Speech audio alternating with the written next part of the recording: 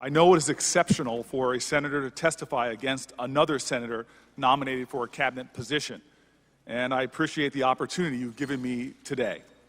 I've worked closely with many of you on this panel on both sides of the dais on matters related to criminal justice reform, and you know just how deeply motivated I am by the many issues our next Attorney General will heavily influence, especially the crisis of mass incarceration.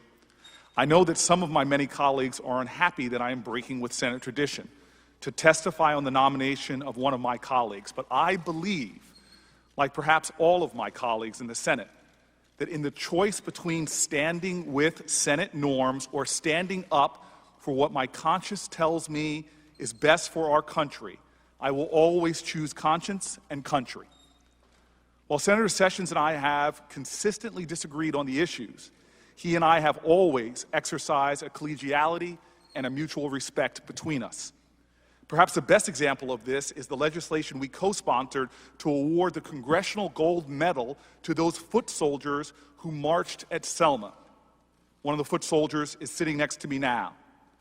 This was a blessing and an honor to me because in 2015, a retired judge who was white told me that it was those brave marchers on the Edmund Pettus Bridge who inspired him as a young lawyer in the 1960s to seek justice for all in New Jersey and begin representing black families looking to integrate white neighborhoods, black families who were turned away and denied housing.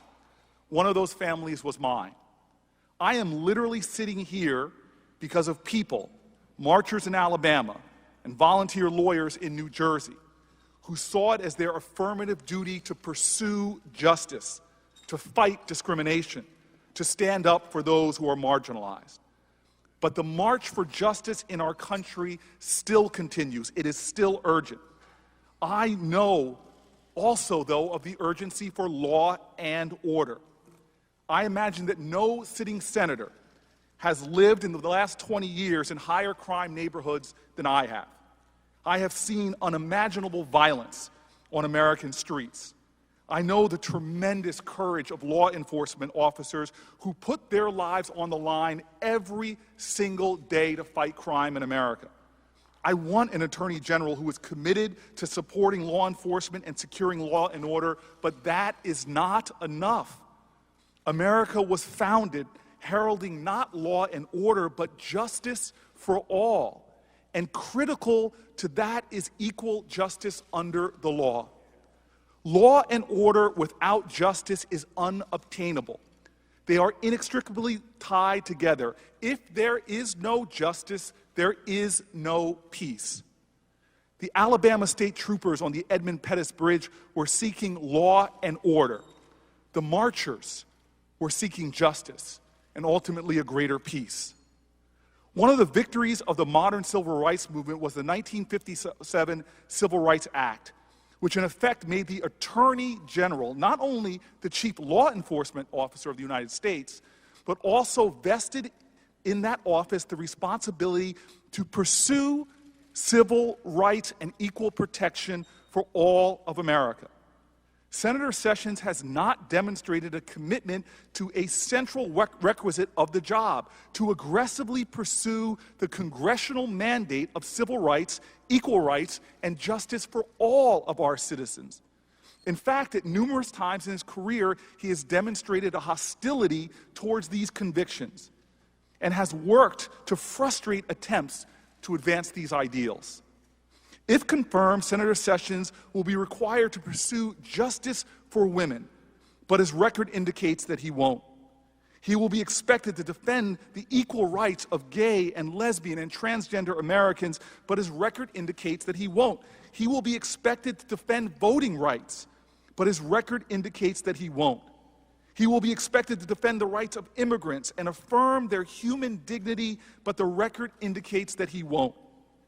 His record indicates that as Attorney General, he would object to the growing national bipartisan movement towards criminal justice reform. His record indicates that we cannot count on him to support state and national efforts towards bringing justice to the justice system, and people on both sides of the aisle who readily admit that the justice system as it stands now is biased against the poor, against drug addicted, against mentally ill, and against people of color.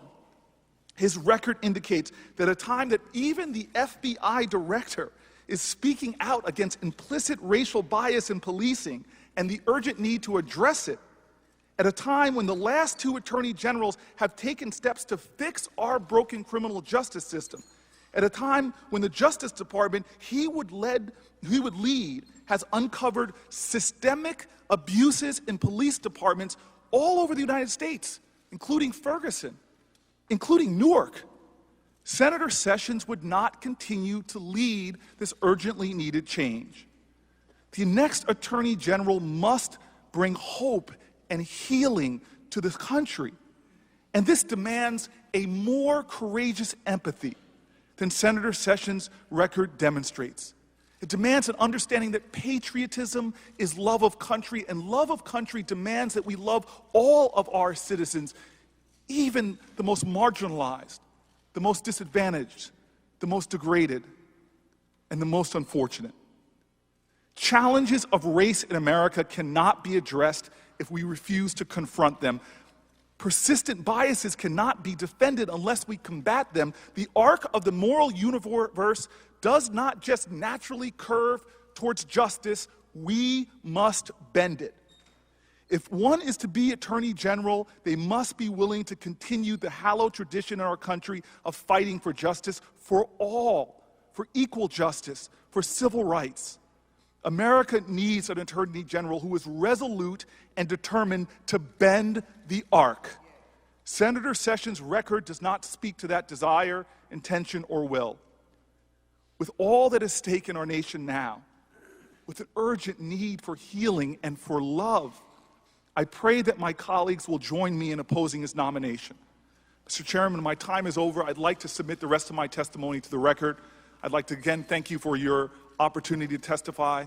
And finally, I'd like to acknowledge, which was not done, that sitting behind me are proud members of the United States Congress and the Congressional Black Caucus. Thank you, sir.